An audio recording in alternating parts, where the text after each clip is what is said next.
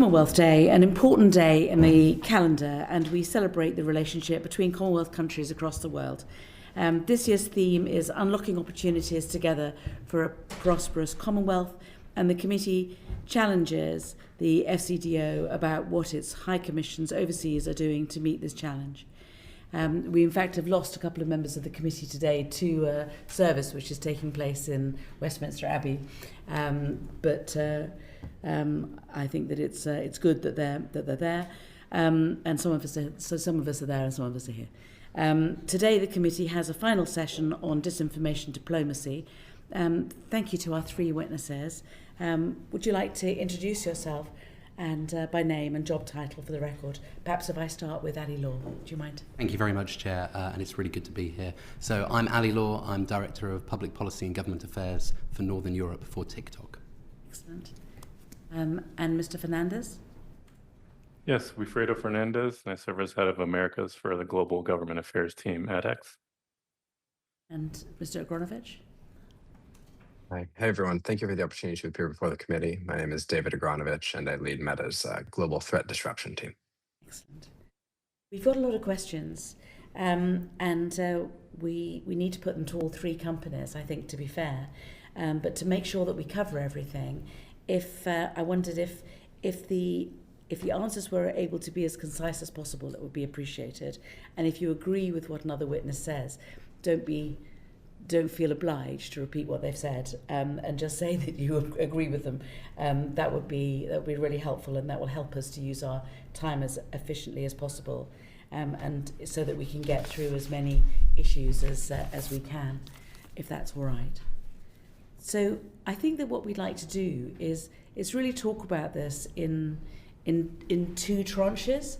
I think the first is really about inauthentic, coordinated behaviour. So it's not the substance of what's in any posts, but rather how it's promoted, and whether or not it's being promoted fairly across your platforms, and whether you are being manipulated. And we're kind of interested in knowing about that, and then moving on to the obligations that there may be in terms of ensuring that truth is promoted and the Online Safety Act. So if we begin with inauthentic, coordinated behaviour, I think that would be helpful. And I think the question really is, how does your definition align or differ from that used by the British government or the EU or other platforms? I mean, how would you define inauthentic, coordinated behaviour? Perhaps if I begin with Mr. Law. Look, thank you again, Chair, for the opportunity to contribute to this vitally important evidence session. I think it's right to say that when you talk about covert influence, we are seeing a continued and substantial set of actions of hostile actors trying to influence democratic elections. The attempts are often coordinated at scale with significant resources and with across various different networks. And so as a result, in order to tackle them, we think that they require solutions that span both our businesses, industries, other businesses not present here, regulators, civil society and governments as well. From a TikTok perspective, I think you're right to set out the kind of spectrum of where this problem sits. And when we're speaking specifically about covert influence operation, that is what I would call the end of a spectrum after a significant number of other checks and balances are applied to pieces of content or behaviour on our platform. So the specific definition that we use is that it is coordinated behaviour that aims to mislead our users or systems with an objective to impact public discussion. But I think it's important to note that, as I say, that's the end of a spectrum, and actually the community guidelines that we apply on mis and disinformation, on hateful, harmful content, the automated processes that we have in place for spam, fake engagement, deceptive impersonation or accounts, all of them ladder up so that while we dedicate a significant amount of resource specifically to those covert influence operations, as you say, that may be a series of posts that are non-violative in and of themselves and actually represent a set of activities that aren't covered in the other areas that I've described, but it really is a whole spectrum approach to clamping down on the ultimate harm that we're discussing. It's a very interesting answer, but what I would really like to do is just drill down on the promotion on the inauthentic coordinated behavior. Leaving aside the contents, what I want to do is understand from TikTok's perspective, how do you identify and what are you identifying as inauthentic coordinated behavior? What are you looking for? What would you say is inauthentic coordinated behavior? So to qualify, it needs to tick 3 specific aspects. We need to see accounts that are working together to spread specific narratives operated either collectively or by the same person. So coordination is the first aspect. Secondly, we need to see them trying to mislead systems or users. So whether that's fake personas, obfuscation of their location or their objectives. And finally, we need to see them attempting to manipulate or corrupt public debate, so influence elections, opinions on a global conflict. In terms of the techniques, there are obviously some that I'm not going to be able to go into in a public setting, but we'll use a range of data and information, including whether or not people are controlling particular things from the same device, some proprietary data that we use, other signals around types of behavior, IP address elements, that kind of thing. But it needs those 3 aspects to be listed as covert influence operations under our community guidelines. We then publish on a transparent basis, on a month-by-month basis, every network that we identify and disrupt under this policy. Within that publication, we identify where it originated from, so the physical location that we disrupted, where it was targeting, and if appropriate, with what particular narrative or information, the number of accounts that were involved, the number of followers that were involved, and we also do a load of work on recidivism, i.e. the idea of a network being disrupted and then trying to return and attempt the same approach again under a slightly different guise, and we'll report that too. We publish them on a month-by-month basis with all of those information for each of the aspects that we disrupt, and it reflects the output of our covert influence operations team. Okay, so before I move on to the others, let me just one last question. So can you give us an example from last month of a inauthentic coordinated behavior targeting Britain, or if you can't think of Britain, any other country?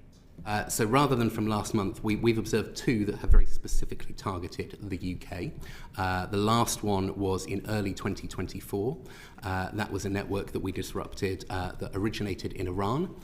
It was a relatively small number of accounts, and actually it's kind of quite typical of some of the things we see, in as much as some of those accounts were created several months prior, looked like they were posting relatively benign content, but we observed coordinated behavior in early 2024 and disrupted that. We then subsequently saw a level of recidivism in April of 2024 and July of 2024 as well. That's not to say that the UK isn't the wider subject of broader geographic attempts from networks to disrupt, but one that was specifically targeted to the UK, that would be an example. Okay. I wonder, Mr. Fernandez, could I ask the same questions to you? Yes, absolutely. And thank you, Chair Thornberry, and the members of the committee. And hello also to Chair Onwurura. Good to see you. So at edX, our mission is to serve the public conversation and balancing freedom of expression with the need to enforce against manipulation of the public conversation. So we define coordinated inauthentic behavior as the operation of multiple accounts to artificially influence or disrupt conversations. So that could mean infiltrating trends or hashtags, or engagement through sort of identical content, or what we call copy pasta, operation of bot networks, or any sort of deceptive amplification. And so we combat this through our policies, which are rooted in authenticity, that address sort of multiple dimensions of authenticity. First is the authenticity of the content. So we prohibit misleading or manipulated media that could cause public confusion or harm, and inauthentic accounts. So banning fake personas, addressing issues of impersonation, which we see a lot of around election time, unauthorized automation. So recently we shipped new replies unless their account is specifically mentioned, and then coordination, so restricting that artificial engagement. And so that's how we define it. Do you have an example of one? In major elections, we typically see different campaigns, I think commonly from China or Russia. We certainly saw that in the 2024 election here in the United States.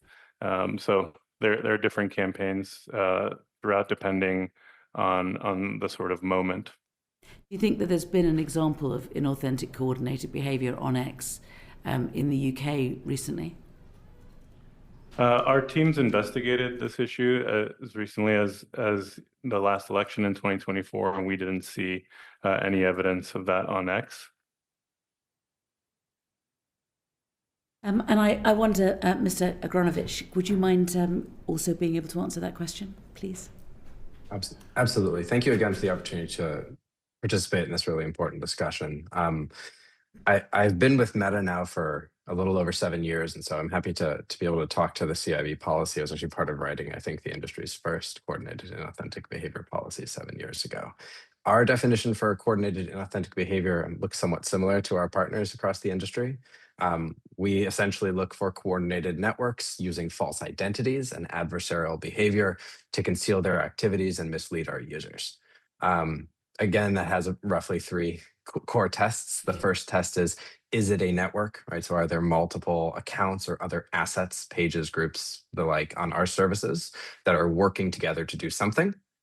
What are they doing? Second test, misleading our users, generally about who they are, who's behind the operation, where they might be located. And then how are they doing that? That's the third test. They're using false identities that could be fake accounts or personas, or it could be, for example, misleading people about where they're located or who's behind the activity. How do we enforce on those operations? So since the beginning, when we found CIB networks, we conduct a deep dive investigation to try and identify the entirety of the operational network.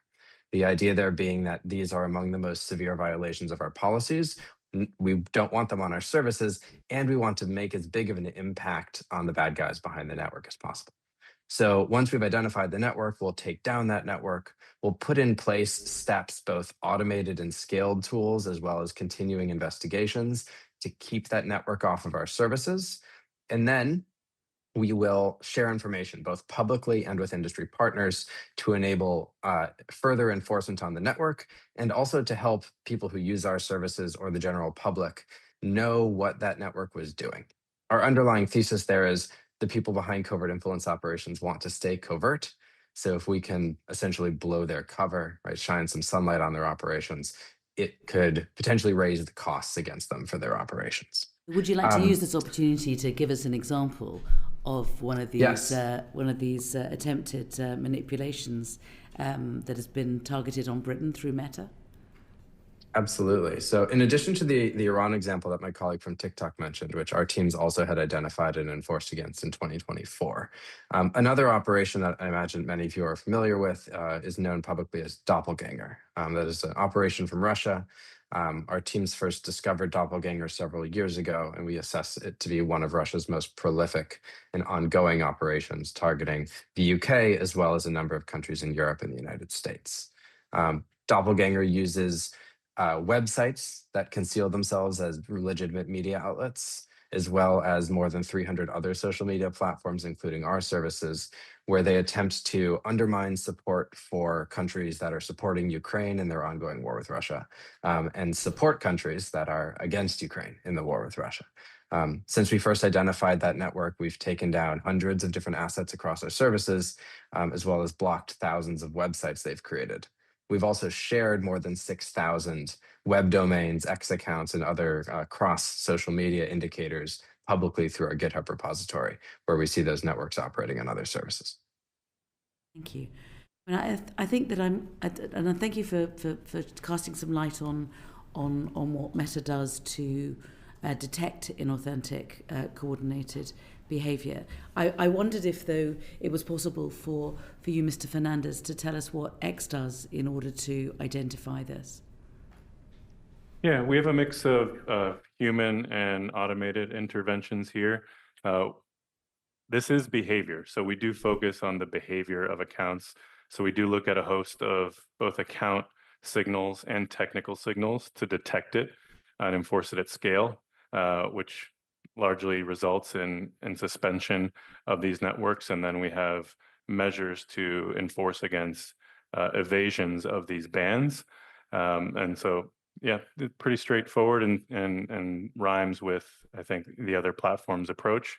And again, can't get into too much technical detail without disclosing sensitive sort of details that may give bad actors playbooks to evade these interventions. I mean, there's been quite a lot of publicity about the 1,300 Scottish nationalists that were based in Iran, expressing themselves on Twitter, whose network closed down when the internet in Iran was closed down in the summer and then in early January.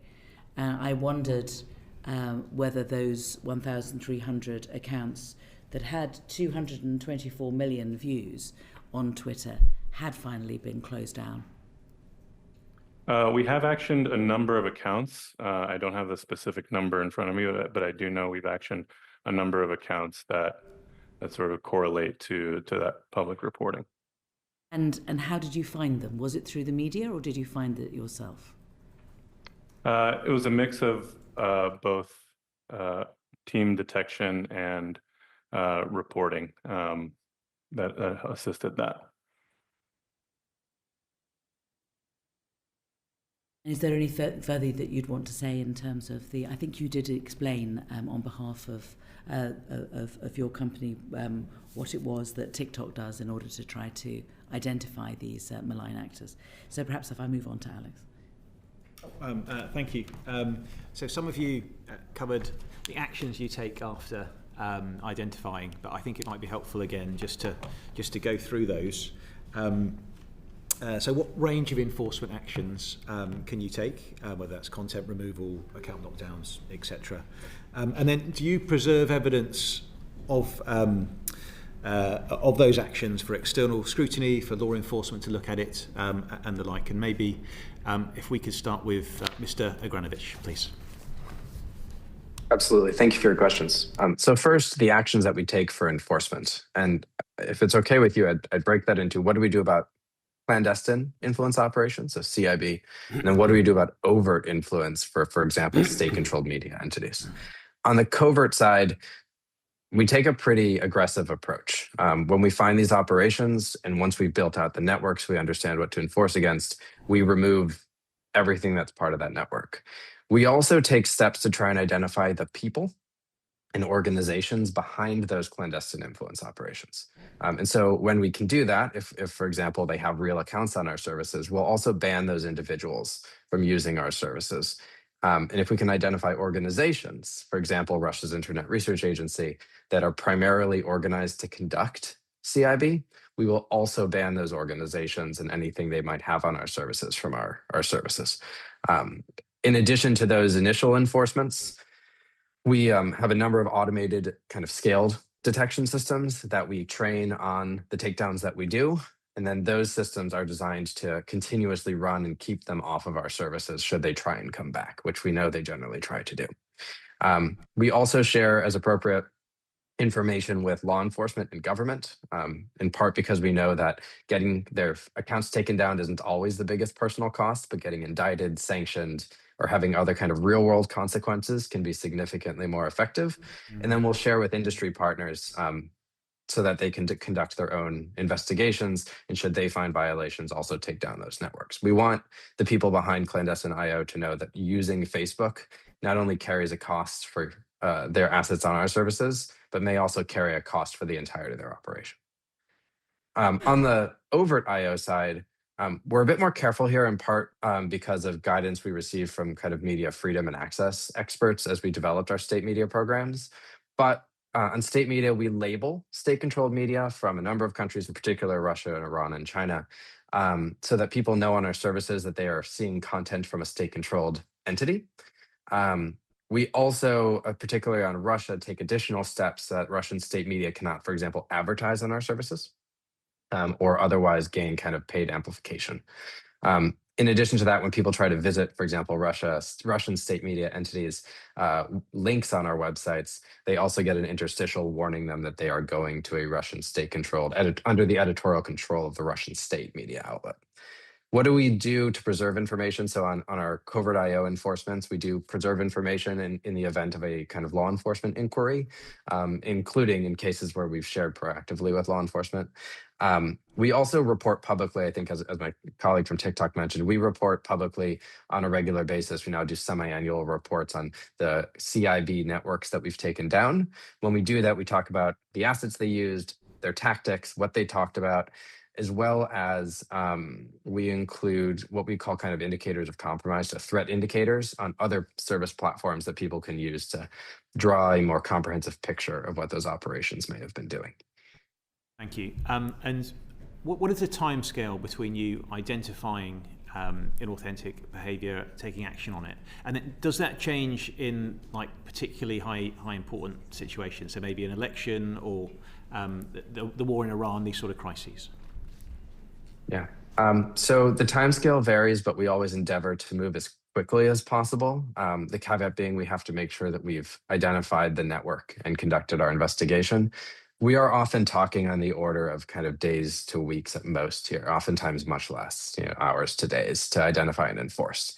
And during crisis situations, one thing that we've seen over the past few years is influence operations rarely can spin up really, really fast when a crisis starts. Often what we'll see is existing networks that may have been kind of dormant pivot to the ongoing crisis. A great example, so we are, as you can imagine, very focused on what's happening around the crisis in Iran right now.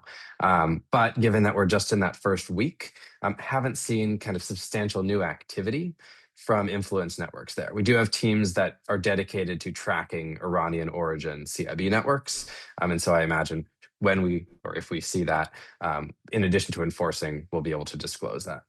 Now, an example of what we might see though. We've seen lots sorry, of, sorry, I was just going to say, as a committee, we've seen lots of examples of this. We've seen particularly in Romania and Moldova, accounts that were created that lay dormant and then suddenly overnight, because there's an election or there's a particular issue, they will suddenly spring into life. And that's really worried us when we heard that could happen in the UK.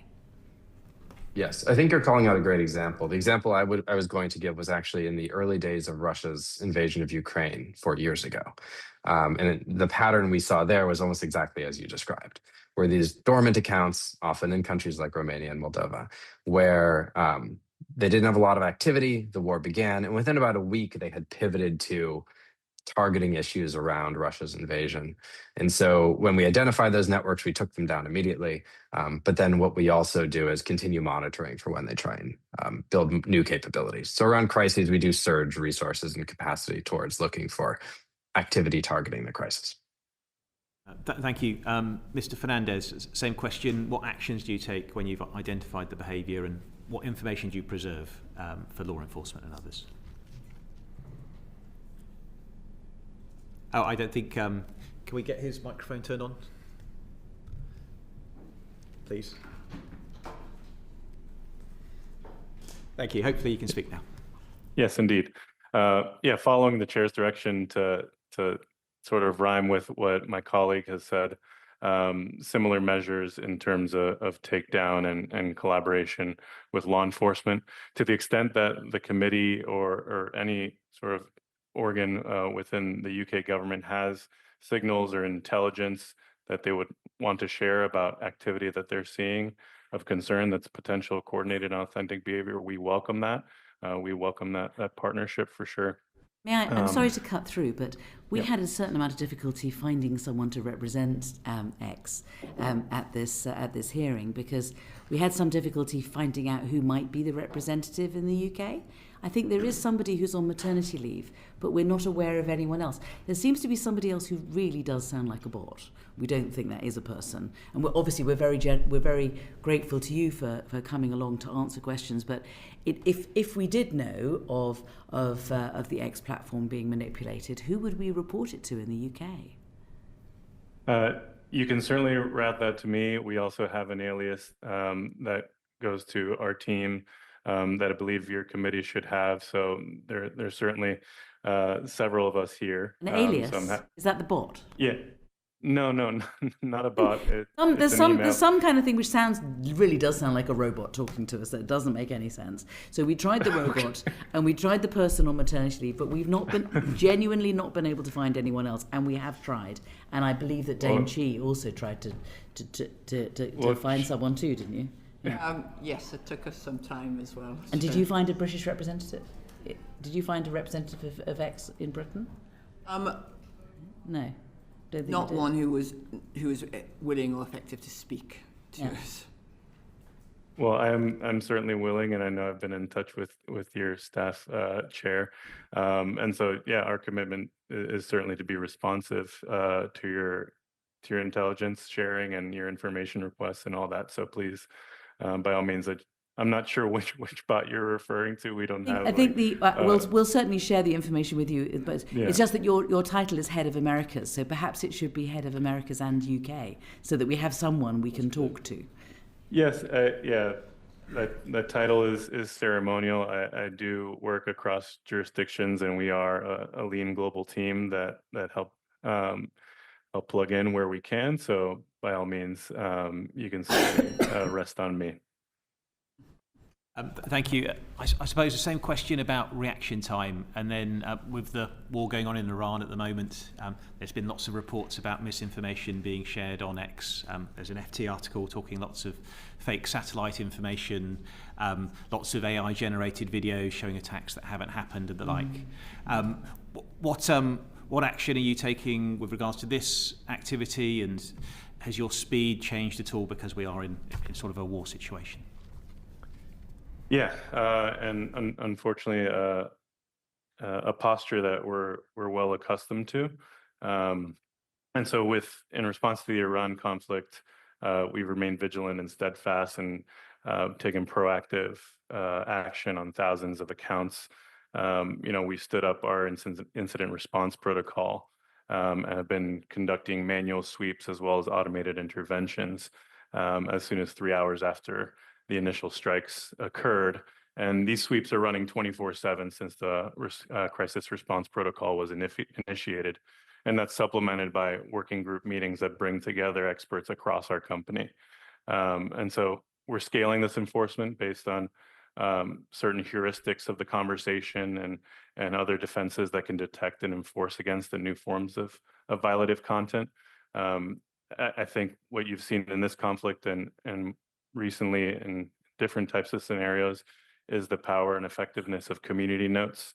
So community notes have been shown on more than 20,000 posts and have been seen more than 120 million times so far because of the media matching that we have. So, community notes combined with our enforcement of synthetic and manipulated media and our enforcement of our spam and platform manipulation, we have, several different interventions there that help aid and enforcing against manipulation of the platform. I've reported a few accounts myself, just as an ex-user, and often I get a report 2 or 3 days later that your community note has been accepted, and of course, millions of people maybe in that time have seen the misinformation, and it stays up even with the community note on after they don't seem to be taken down. Do you think that is more effective than what you had before community notes, where these things would be more proactively taken down? Yeah, we're always looking to increase the speed of notes. We introduced lightning notes, which tries to get community notes up there faster, and we endeavoring to scale the network of contributors. So we have about 1.25 million contributors globally, over 76,000 in the UK alone. So as we onboard more contributors, that will help with the speed. Also, when a user requests a note, which any user may do, we have now started to experiment with what we call collaborative notes. So AI will actually draft the note, and then the user that requested can offer suggestions to the note or edit the note, and then it goes to the network of contributors to rate. So sometimes it does take time, and others it can happen quite quickly, in a matter of minutes or hours. But we are endeavoring to make it faster every single day. So the team's super focused on that. Thank you. And Mr. Law, same questions. Sure thing, and I'll try and keep it brief. So coordinated behaviour like this is a breach of our terms of service. So the action that we take is to remove all accounts, all content that is posted. Once we remove a network, we catalogue its behaviour, and that enables us to take quicker and more forceful action if we get any signals of it re-emerging and we can take a compressed process towards that. And that's the aspect that I mentioned earlier in terms of recidivism. We also ensure that we do preserve information. As I say, we publish things on a monthly basis, so all of the information relating to networks that we have disrupted is available on a public basis, on a month-by-month basis. Where appropriate, and indeed in the case of the UK example that I gave, we will brief governments ahead of that publication of our findings. You asked about time. I think I echo a lot of what my colleagues said from Meta. It is worth saying that these are complex and sophisticated networks, and so the aim is to ensure that when you move against all of the network. It's a bit like one of those kind of dawn police raids where you have to have sufficient level of evidence to be able to go all at the same time so that you are taking the totality of the problem all at once. And also, as we mentioned, lots of these accounts may be set up, either lie dormant or post benign content until being activated. And so in terms of kind of start time to finish time, it will vary on a case-by-case basis. But as breaches of our terms of service, as breaches of our guidelines, this is something that we try and move with the swiftest thing possible. We also, though, do have to be sure, and I suppose that that's an important point here, which is that, getting a sufficient level of threshold for evidence is absolutely paramount, because given that the content itself may not be violative, otherwise the risk that you are taking is to potentially shut down democratic discourse at a time when views are being exchanged. So high level of certainty is necessary, but certainly something that we move very, very swiftly towards. Yes, go on. Just interested in this point, because certainly during some of our trips to certain countries, and this isn't to lay the blame in any way entirely at the feet of the social media companies, because there's also the other side of it, which is state institutions acting to, there is a flagging process where a member of the public may identify something as misinformation or disinformation. They may flag that to the relevant enforcement or electoral commission or whoever it may be. They will have their own internal process in order to go through before they come to you to ask you to instigate your internal process, at which point, at some point further down the line, that single account or video or whatever it might be may have been maybe removed or get a fairly pointless community note, whatever it might be. But none of this process seems fit for a social media world. Yes. In which the information is spread and disseminated so quickly, in which the influence and the number of eyeballs that it has achieved can be counted in hours, certainly not in days or weeks. So whether you're looking at the response of government or response of the state or response of yourself, it doesn't feel like it's fit for purpose in dealing with the spread of misinformation and disinformation. Is that fair? So I think this is where I'd return to the point that the Chair made at the start as to the breadth of what we're talking about here, because the comments that I've just made were specific to covert influence operations, and all of the content that is being posted still goes through our content moderation process. And we have community guidelines that prohibit mis- and disinformation, irregardless of its intent, but if it has the potential to significantly harm society or individuals. And that is aside from whether or not this is coordinated behaviour, but if there is misinformation and disinformation being spread, then our usual content moderation process is designed to pick that up and act upon it.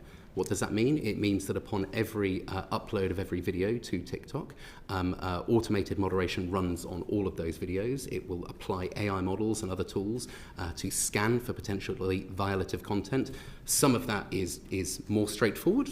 Something like nudity, pornography is prohibited on our platform. AI models are very good at being able to identify that, block it from upload. But when it comes to mis and disinformation, we maintain a centralized database of conspiracy theories that have been deemed to reach the threshold of mis and disinformation, and we can block on that basis.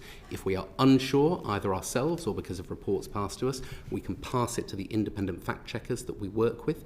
They will assess it and either verify it, label it unverified, or tell us that they can't be sure. And then we have a range of options that we can take from our moderation perspective on that basis that includes taking down that information or restricting it from the For You feed, which is the way in which most people use TikTok.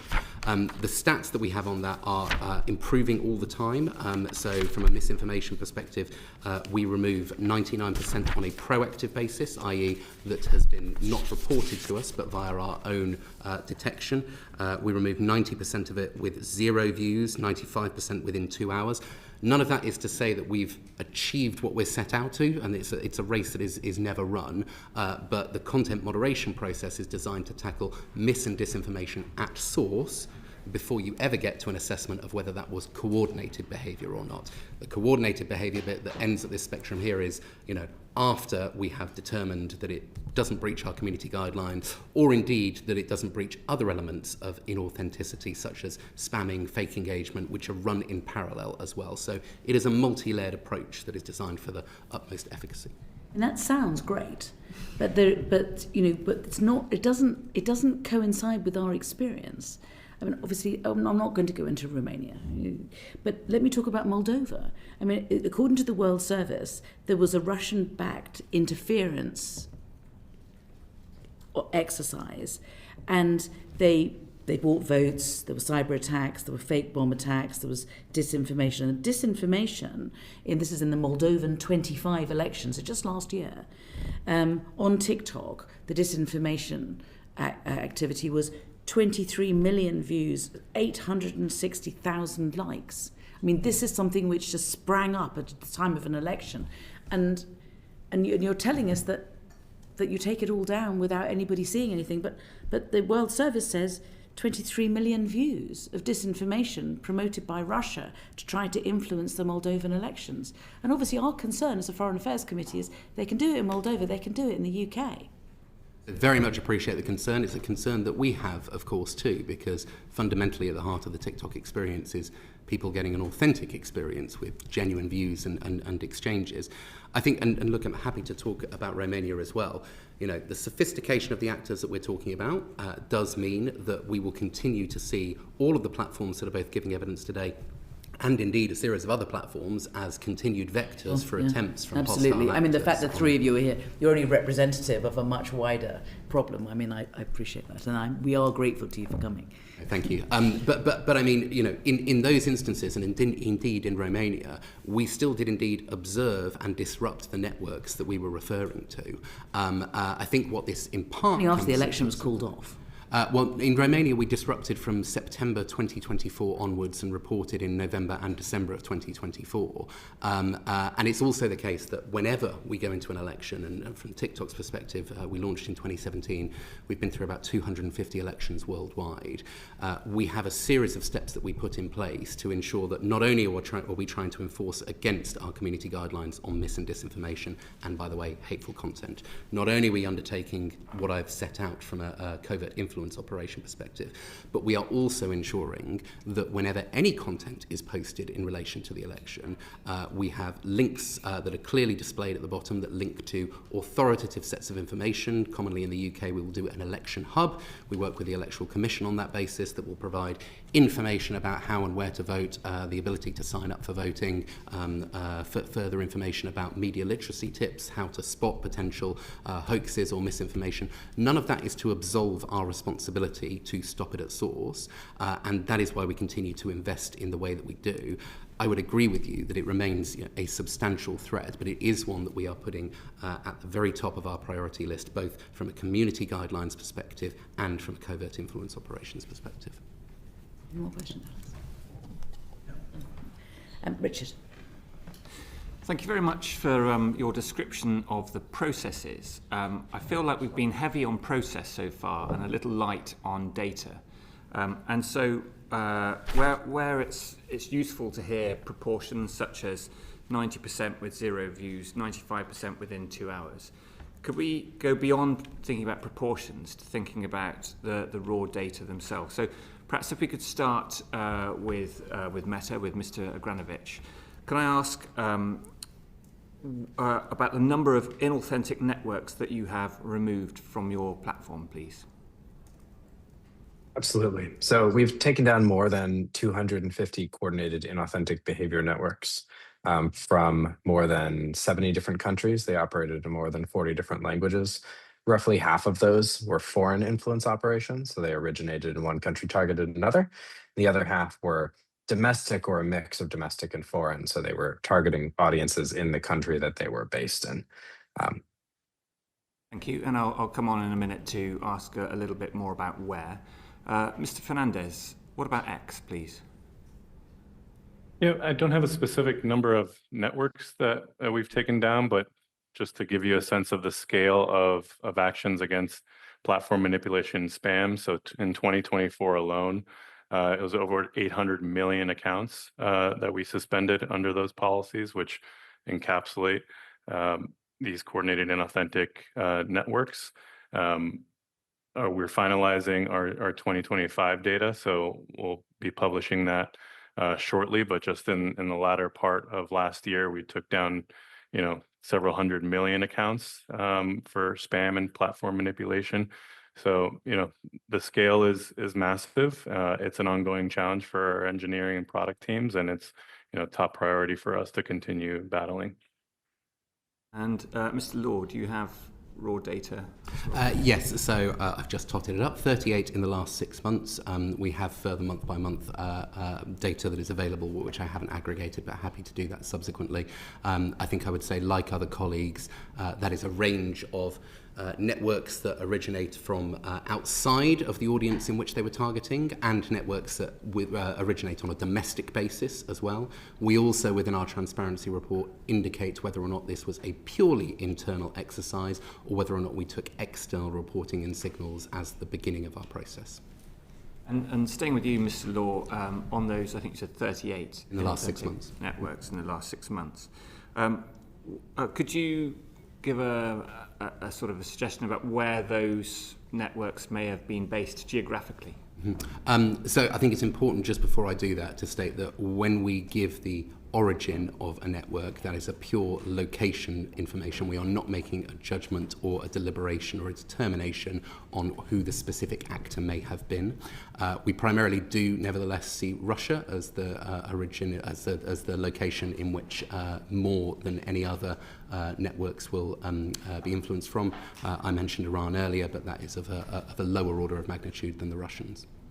And what sort of themes or narratives were suffused in those Russian posts?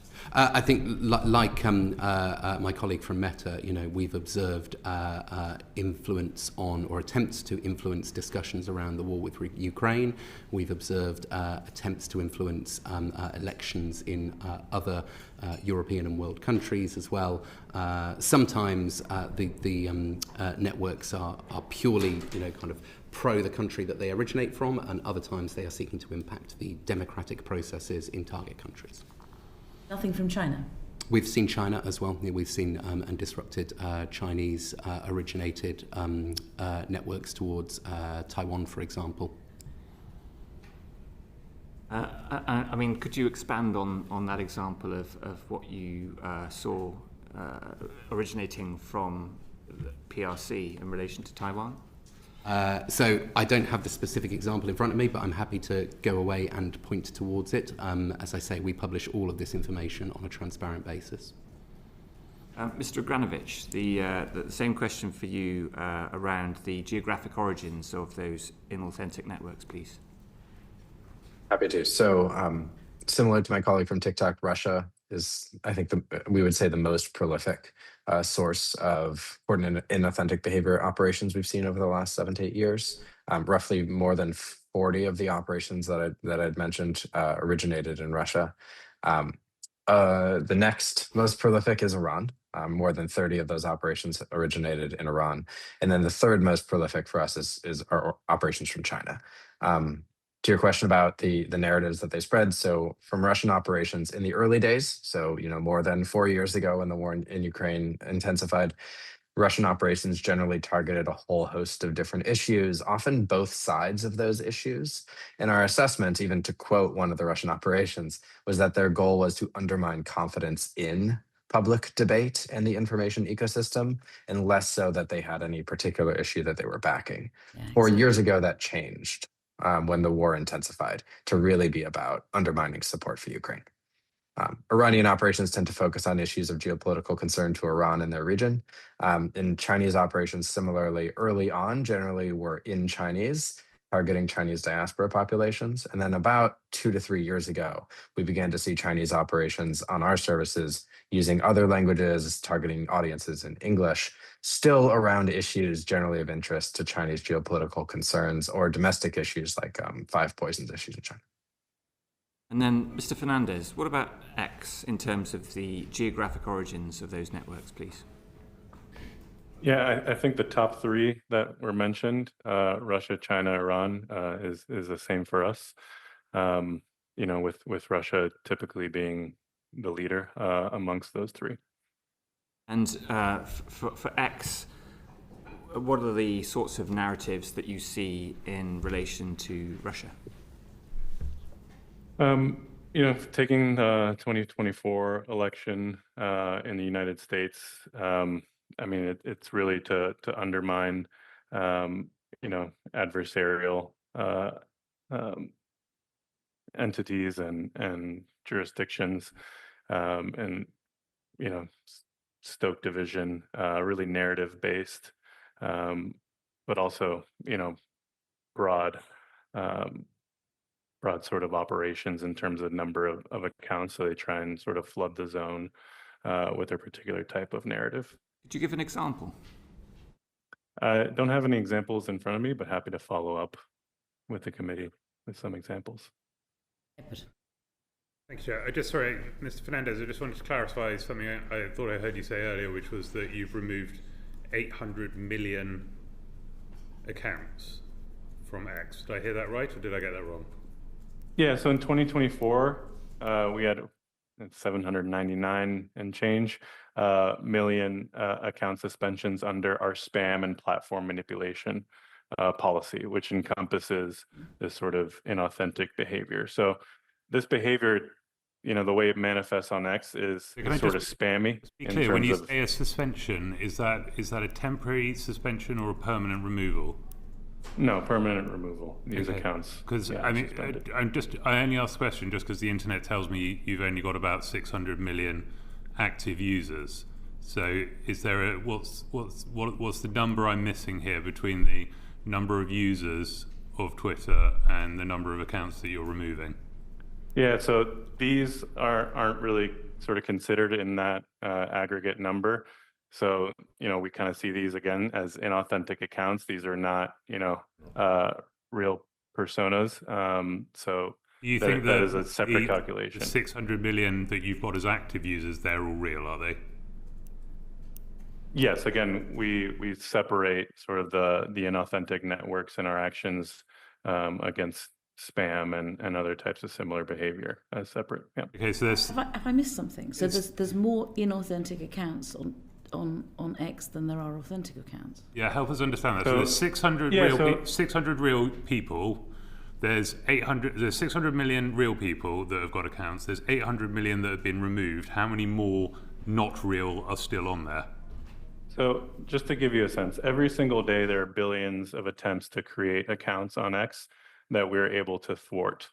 Right? There are efforts every single day to create inauthentic networks of accounts. Right. And a lot of the actions that we take against spam and against platform manipulation occur before those accounts are even able to post anything.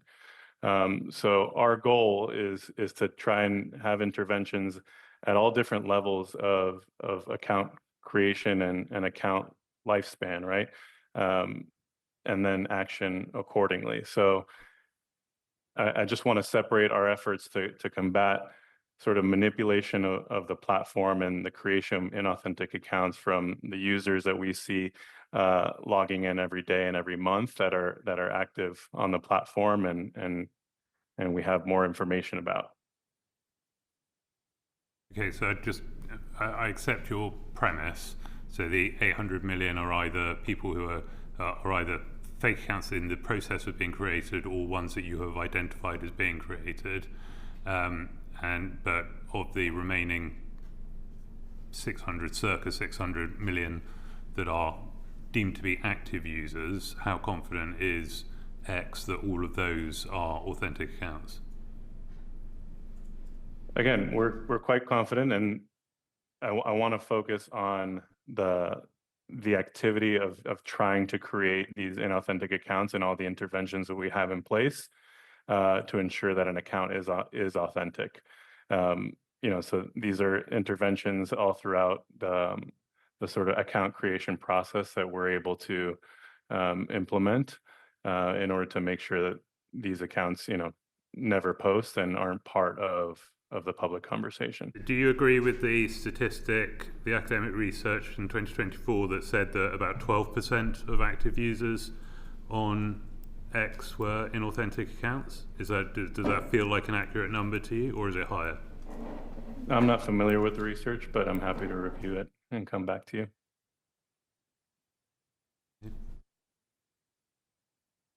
Go on, John. All three of you have told us about how active you are in seeking out and removing inauthentic accounts.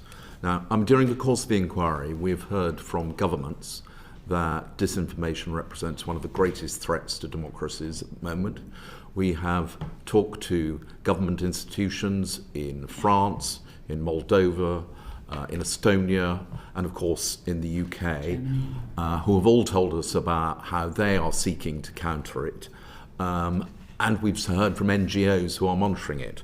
I have to say all of them have suggested to me that the platforms have not been wholly cooperative in trying to prevent it. And I note that all three of your companies are currently under investigation under the Digital Services Act by the European Commission for failing to provide the information that you should to regulators. So I just want to ask, to what extent do you think that is unfair, or is there more that you can be doing working with governments and regulators to prevent what is a considerable threat to all Western and democratic governments? Who is going to go first? Ali, you're in the room, so I'm happy to. So, I think just to be clear, so in terms of the DSA investigations that are ongoing with the Commission, that there are a number of them, but I think as it pertains to mis and disinformation, we're being incredibly cooperative, and I think that's been noted by the Commission, specifically in relation to the Romanian election, where there is an ongoing investigation. So I don't think it's a case of not providing relevant information. I think that they are assessing things in its entirety. I think your question was whether or not there's more that can be done overall. And one of my observations would be that whenever we identify and disrupt networks, whether or not that's through CIO or other aspects of our inauthentic activity, there is only so much that we're ever going to be able to see on platform. So one of the common things that we will see is a level of coordination that takes place off our platform, either using encrypted messaging services or other kinds of features, or indeed sometimes directly in real life or more traditional methods of communication as well. And the challenge for us as platforms is being able to use the signals that we have from our services to be able to identify that coordinated behavior, when if actually it's taking place off platform, we might only have the output behavioral signals from them rather than any evidence of the coordination itself. And so I definitely think that there are areas that could be strengthened in that respect. I think part of the challenge is ensuring that you bring all members of the value chain into the conversation.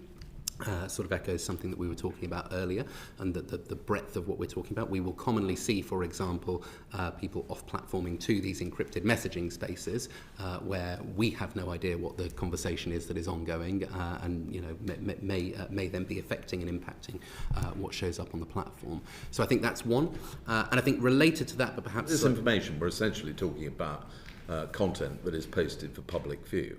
There's a separate issue around encrypted messaging. But so on disinformation, again, I think that my point there is that we have policies in place on dis and misinformation that can assess it on the basis of the content that is posted. So we actually don't need to know who that person is or what their intent is. We simply judge it against our own community guidelines, and the threshold there is whether it has the potential for significant harm to an individual or to society. So coordination doesn't matter on that point. We don't allow mis or disinformation that has that potential harm.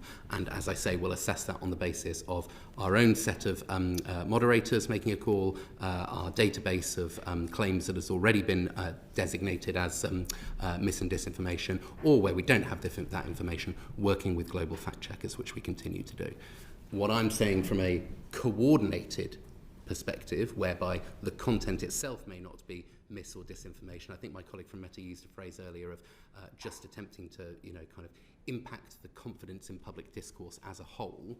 Where we see that level of activity, that's the area where I think both a greater level of the value chain being brought into the conversation, number one, and potentially government acting as more of a convener to be able to share and facilitate signals between platforms. There's an element that we're able to do for that under certain circumstances, but actually, kind of targeting and creating a situation where the information that we have, we're quite public about what we do, but the information that is gathered from all platforms is then kind of cross-referenced so that we all have as much to be armed with to be able to identify whether or not this activity is going on.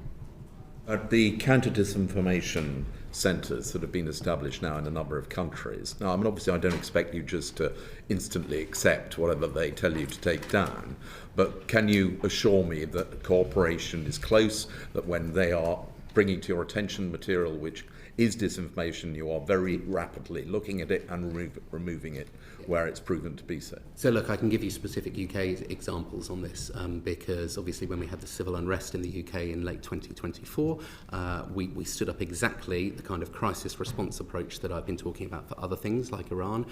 We're there focused on whether or not there is harmful content on the platform that includes mis and disinformation that might have this harmful impact on society as a whole. And we took a range of signals at that point. We worked closely with law enforcement to ensure that we had as many authoritative facts about what was actually happening on the ground, so that we could then work again with our fact checkers on checking the claims that were being made on some of the content that we saw to see whether or not it was in fact verifiable or not. During these kind of periods, we also, and this goes for elections and for fast-moving crisis events, we also make sure that we have search interstitials so that when people are looking for information about elections, about an ongoing crisis or something like that, they are pointed towards authoritative information, even if that means taking them off our platform and to law enforcement or the Electoral Commission in election instances. So, yeah, very, very standard to work closely with the sort of bodies that you're talking about, and something that we've done directly here in the UK.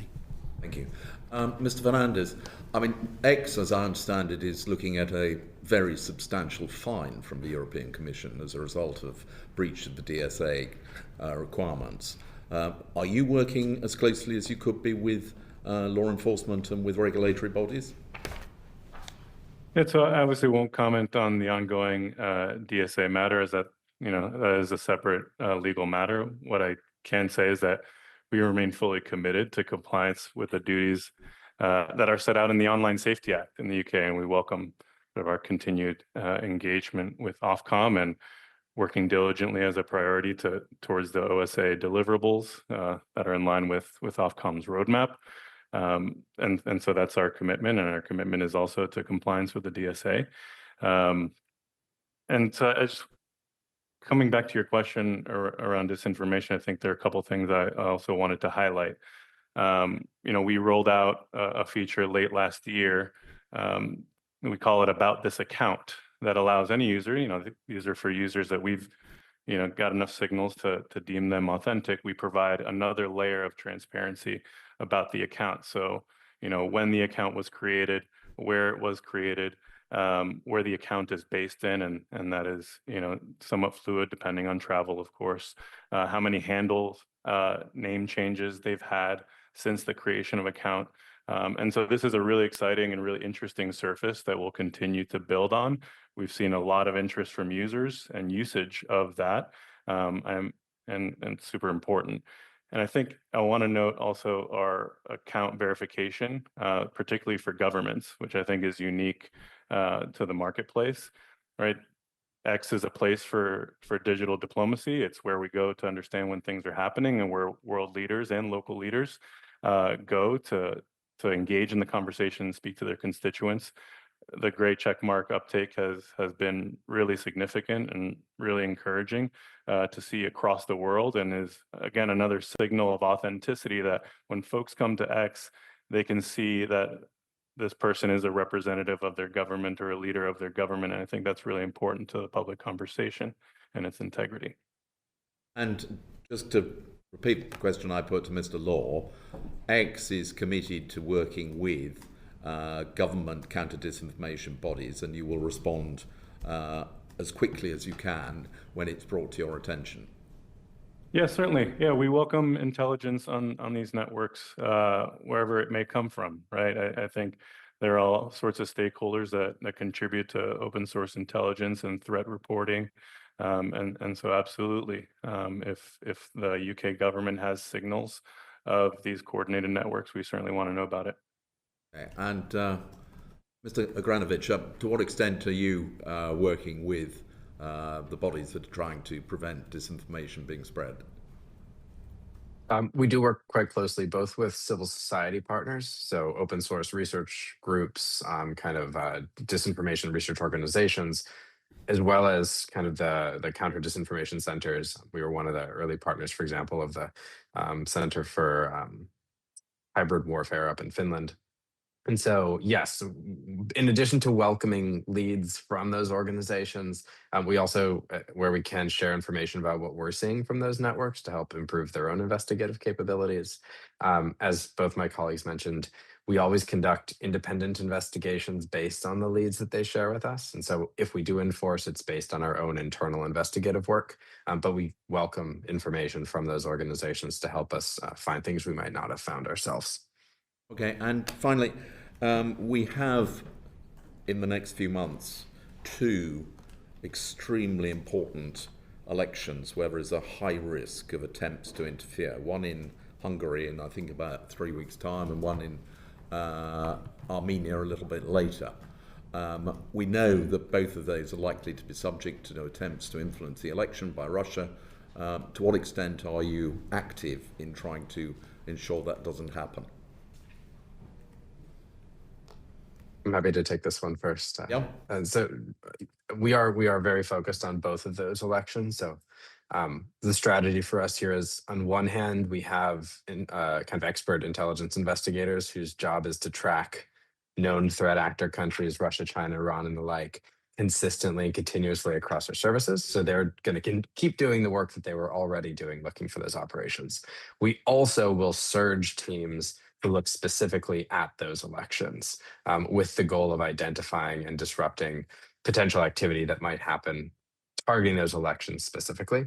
And then in addition to the teams that we have in the UK who work on these issues, we also have teams supporting those elections directly who are based in Europe and can provide kind of real-time, same time zone support if questions come up from governments or authorities in Europe or in the countries in question around those elections. We can respond more quickly. And are you both doing the same? Could I ask Mr. Fernandez, you don't have a British representative, but in Hungary and Armenia, do you have representatives of X in those countries? And if people about to face elections in Hungary or Armenia, which we all appreciate are pivotal, are seeing what they believe to be Russian disinformation, who would they report it to, and how would they go about doing it? So I can't share particular details of where our personnel are located. I mean, we obviously have an office in the UK. We have personnel in the UK. Understanding that we do have a colleague who's temporarily out of office, which I understand has been an inconvenience. It's just honestly, we have really tried. We have tried. We've asked the other team. We've asked the department that's supposed to regulate you. Everyone is having some difficulty pinpointing an ex-member of staff currently working in the UK. But, never mind that.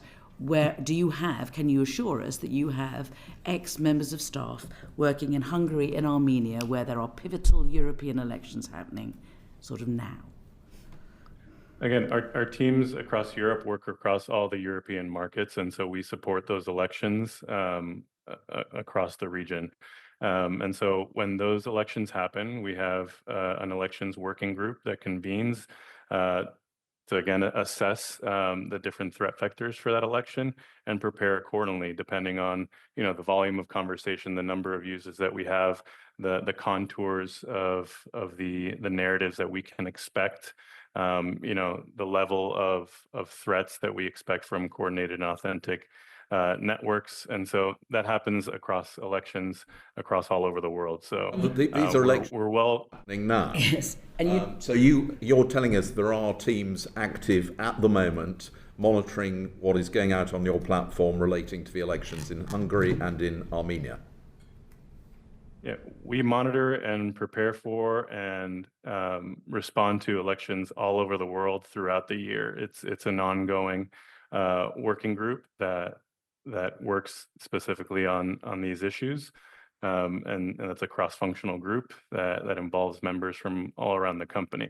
So we are well trained, well versed, well prepared for elections of all sizes across our different markets. We're obviously a global platform and very popular for elections related discourse. So this is not new, though obviously the threats always emerge and adapt.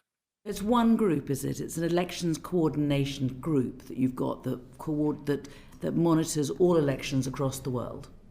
Our safety team is the one that's responsible for the enforcement of our rules and our terms of service, right? We have for elections a group that coordinates across different elections to make sure that we're adequately prepared for each of those elections based on the different threat vectors that we see specifically on X. So what I would like, if you wouldn't mind, is if you could help us. If there are people who are concerned about what is happening in these two countries right now, because as Europeans we are very concerned about the elections in Hungary and Armenia and malign influence of Russia, how can people report those if they see it to X? If you could help us with how we go about contacting them. Yeah, for every EU country, as a part of the DSA, each country has a digital services coordinator, right? That digital services coordinator is, tasked with implementing the Digital Services Act and coordinating with platforms. There is also a list of sanctioned trusted flaggers that are approved by each of these digital services coordinators in each of the countries. Trusted flaggers have their own dedicated reporting channels to the platform. So I would just point you to the resources available made by the European Commission and the EU and the DSA, and how the digital service coordinators function within the EU. Very quickly. So yes, we will for high-profile elections. You mentioned the Hungarian one, for example. My counterpart in Central Europe is working incredibly hard on that at the moment. We'll stand up local election integrity task force that are designed to sufficiently staff during that period of time. Again, both from a trust and safety perspective, so reviewing the content itself that is coming onto the platform, and continuous enforcement on the covert influence operation bit. The additional thing I'd just, I suppose, highlight would be our work with fact checkers, because that provides us with one additional input to assessing the veracity of what is being claimed on our platform, and we'll work with them to both test broad trends and narratives and then any specific aspects that are highlighted to us. I think we're perhaps a little bit different in our origin from my fellow panelists, in as much as TikTok started very much as an entertainment platform.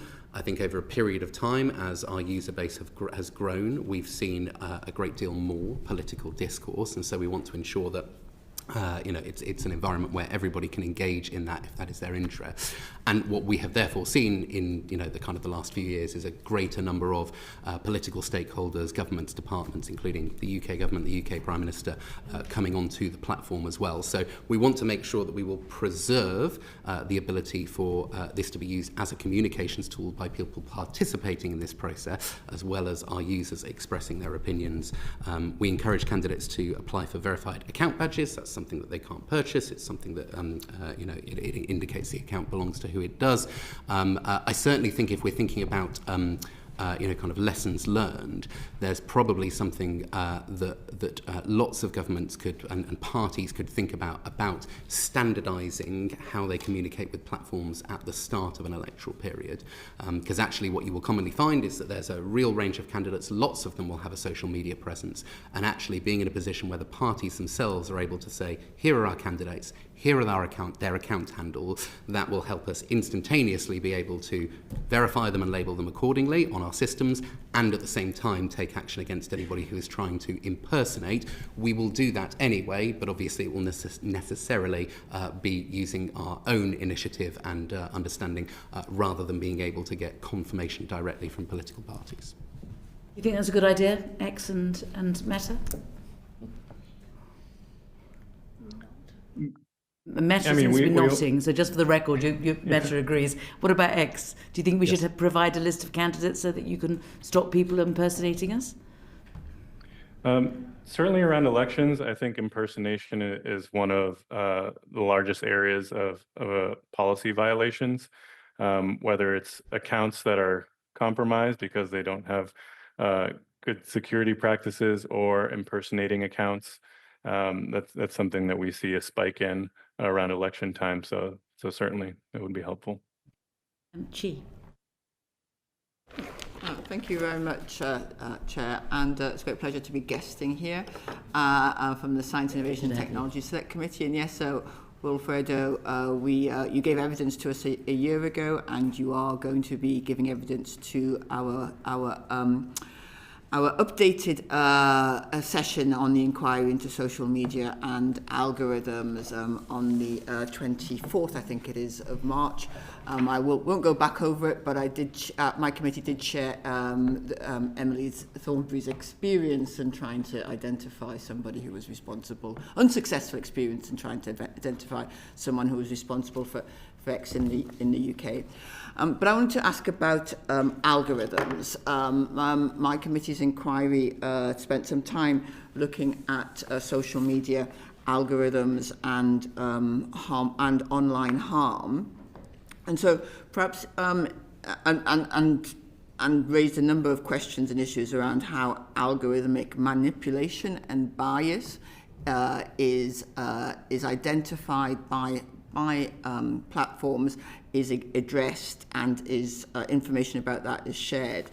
So perhaps I can ask each of you just to say, how do your ranking in recommendation systems assess and mitigate the risk that disinformation is amplified by the algorithm because it is highly engaging? How do you address bias in the algorithm itself? And equally, how do you manage the risk of over-moderation when it comes to legitimate political speech? And I will start with you, Ms. Ali Law. Yes, very happy to. So I think worth just spending a moment talking about the way that TikTok operates in this respect. So TikTok, we operate on what we call a content graph, not a social graph. And what that means is if you're a TikTok user, you don't have to follow anyone. You will land on the For You page, and the For You page is populated with videos that, based on your behavior and your preferences, we believe that you will like. Now, when you first sign up to TikTok, it's populated by a series of videos that are just very popular across the TikTok environment as a whole. And say you like videos 1, 3, 7, and 8, it will take that information because you watched it or liked it or commented on it. It will cluster it along with other users that like those same videos, and then it will identify other videos that those users liked and serve up a selection to you. So the algorithm itself is comparatively content agnostic in the way that it operates, and it reacts to the signals that you give it rather than saying it specifically knows a particular type of content that you like. The other, I think, important aspect is that you were asking about disinformation and getting amplified in some way. That falls under the content moderation approach that we have, which, as I explained earlier, involves ensuring that every video that is uploaded to TikTok is scrutinized at source by automated tools before it hits the platform, assessing against our community guidelines. Either it has the confidence to be able to say, no, that is violative of our community guidelines, or it might pass it to human moderation team, and in the case of mis and disinformation, we may work with fact checkers and the global database that looks after that. So the process that we go through should ensure, and with the amount of stats that I gave earlier, 90% of misinformation, 0 views, 95% taken down within 2 hours. Having said that, of course, there may be edge cases or cases where you may miss something. One of the things that we do from a TikTok perspective is we re-moderate on the basis of a piece of content getting a greater level of engagement. So if the content sits on the platform and is not being watched, but if it then hits 1,000 views, 10,000 views, 100,000 views, we will pass it through the moderation process again to ensure that we are applying the community guidelines against it and taking action where appropriate. I then think that you were sort of asking about the kind of idea of biasing as well. So from our perspective, we want to try and ensure, as I say, that people have an experience that delights and surprises and engages them. The kind of content agnostic element of our algorithm really helps that. But the other thing that we make sure that we do is we try and ensure that we have appropriate dispersal, so that when somebody is watching a series of content, they don't just get served up dog videos because they've engaged with a few of them. We show them a real variety of different things. We have submitted various audits under the DMA of our recommender system to the European Commission. We have a researcher API that people are able to use to interrogate the trends that they see on our platform, and we work very hard to ensure that the algorithm accurately reflects the preferences that our users have, because ultimately that's how they get an authentic and engaged experience. Well, thank you very much for that. But just so I understand it correctly, because one of the issues that came up in our inquiry was that inaccurate information about the attacker in the horrendous Southport murders case was put in the For You part of TikTok, and thus drove misinformation about who the attacker was. Now, is what you're saying to me that wouldn't happen now because it would be identified and taken down immediately, because that level of misinformation was a consequence of how quickly it went out? Are you saying that it wouldn't happen now? Is that what you're saying, or are you saying that it's not an issue for other reasons? Because I'm a bit confused as to why the way in which your algorithm works is relevant to misinformation, disinformation, because these can travel very quickly, whether you're dependent on content or not. So in the specific example that you gave that we discussed last year, the false name of the attacker was something that on TikTok showed up in the suggested search box. So this is where you go and search about a particular issue and it might autocomplete with some suggested terms.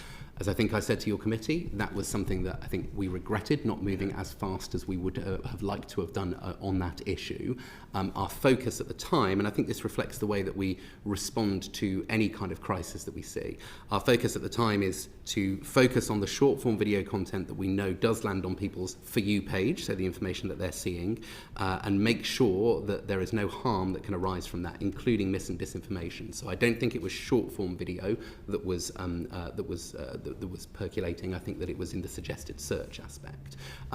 When we are responding to these crises, this goes back to the point that I was talking about earlier. The need for accurate and up-to-date verified information is obviously of the utmost importance. Now, the way that we work with fact checkers is to ensure that when there is a claim... I just don't want to interrupt you, but you have talked about that already. What I'm asking about now is, these things happen very quickly. How does the algorithm make it more likely? Does your algorithm make it more likely that engaging content will be amplified before perhaps your fact checkers had been able to check their facts? So when we refer something to our fact checkers, we take it out of the For You feed, so it's not available as part of the thing that people will scroll on. And when it's under verification, it will still be available on the platform. We talked a little bit, and I think your final question was about kind of that balance. So we don't want to be in a situation where if these are legitimate claims or claims of opinion, we are completely and totally removing them. But we do take it out of the For You feed, and therefore out of the place where people can just sort of stumble upon it. We'll refer it to fact checkers. They'll come back with either verifying it. Okay, I think you've gone through the process a few times. I just don't think you're addressing the point of whether more engaging content is more likely to be amplified.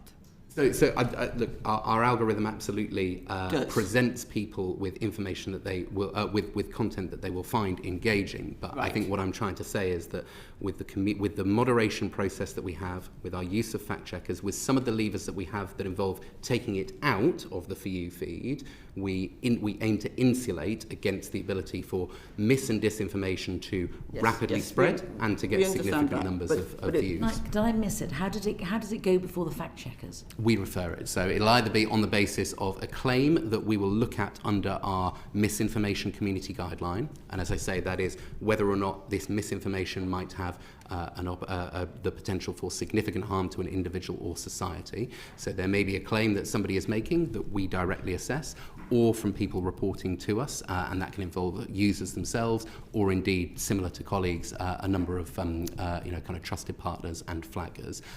The first bit, as I say, is checking against a database of known conspiracy, and those are the sort of things that we will commonly be able to prevent even being uploaded in the first instance. This takes time. It takes time. Yes, although, as I say, 95% of misinformation posts were removed within 2 hours. Yes. And during periods of time. Yeah, yes, the 5% can be significant. Okay, thank you very much. Mr. Fernandez. Yes. Thank you, Chair, and I look forward to diving deeper into this topic in a matter of weeks. Following up on our conversation a little over a year ago, we've since made significant updates to our For You recommendation algorithm, and we've published the code for that as of last month. So you can go to GitHub and go, dive into the code base and the architecture of our recommendation algorithm for yourself and provide feedback. That's something we'll continue to update as we update the algorithm. So